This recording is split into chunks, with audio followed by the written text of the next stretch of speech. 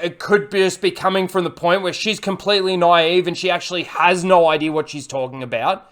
In which case, Disney, get your shit together, and can we actually have some people that love what they're working on to work on it?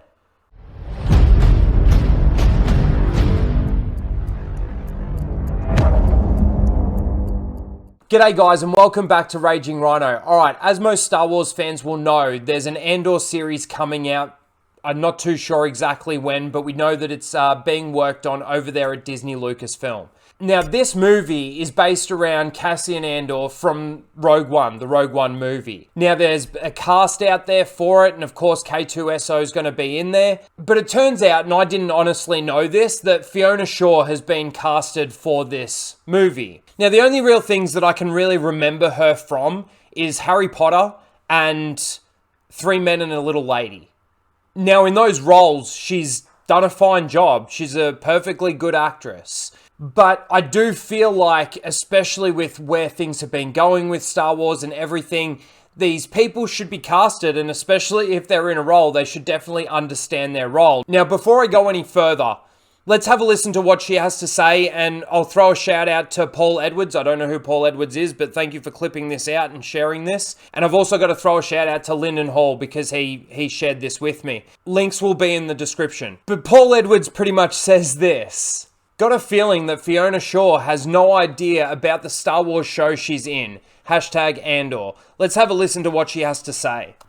Star Wars series called Andor. Am I saying it right for a start? Andor? Yes. It's an Andor series, and it's about people called Andor, of which I am one. And the main part, of course, is that marvelous Mexican actor, and he plays the hero who runs around as Diego La Luna, and he has adventures in space. It's set well before the Star Wars series, so it's a prequel to Star Wars. You get a lot of variety, don't you? Okay, so I'm a little bit confused by what she's actually saying, because if they've got this in the works and she's read a script, well then, what is she saying? So are we the ones that's got it wrong? There's two ways I can look at this. I can look at this through the lens of she has no idea what she's talking about, or I can look at it from the point of view where do we have it wrong and they've decided now to turn Andor into a species or something like that, or a race of people on a planet. So everyone's called Andor. I mean, to me, that sounds absolutely ridiculous. But again, I think about it and go, okay, well, she's at least been enlightened on what this series or what this movie's about, if she's going to be a part of it, surely. Now, if that's the way that they're actually going with this, and Andor is like a race of people or something, that's not the way that it was played out in Rogue One. It definitely did not seem that Andor was his race or anything like that. And imagine if there was somebody else on that planet that wanted to name their son Cassian. What do? Like, rock off for it? Rock, paper, scissors. Like, oh man, the whole idea of what they are doing with Star Wars right now, it doesn't excite me. It doesn't excite a lot of people. I know there's the people out there that are still watching it and they're just loving everything Star Wars. I don't understand that narrative that just because it's Star Wars, I've got to love it.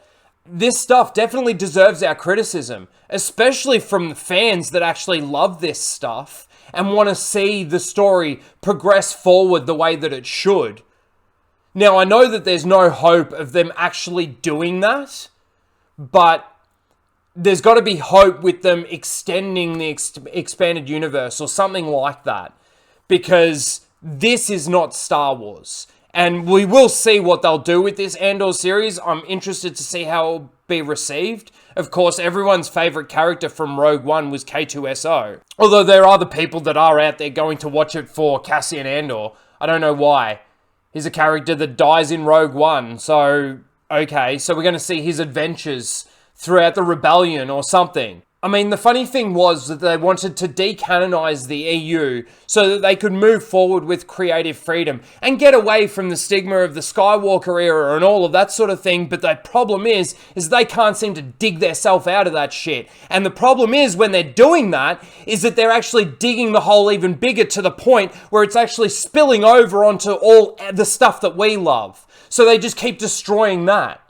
It's going to be interesting to see what this story is going to tell and how many Jedi we're going to see. How many times are we going to see Ahsoka show up in this series? Anyway, I'm very confused by what she's saying here. And again, it could just be coming from the point where she's completely naive and she actually has no idea what she's talking about. In which case, Disney, get your shit together. And can we actually have some people that love what they're working on to work on it? Not just be the identity politics bullshit. And if it's the other way, when they're actually making Andor a race, actually something just came to me. There's one more thing. She could be his mother, in which case she is an Andor, right?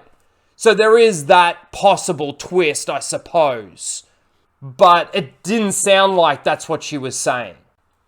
So anyway, let me know what you guys think about this in the comments below. Please don't forget to like, share, and subscribe, and we'll see you in the next one. Later, guys.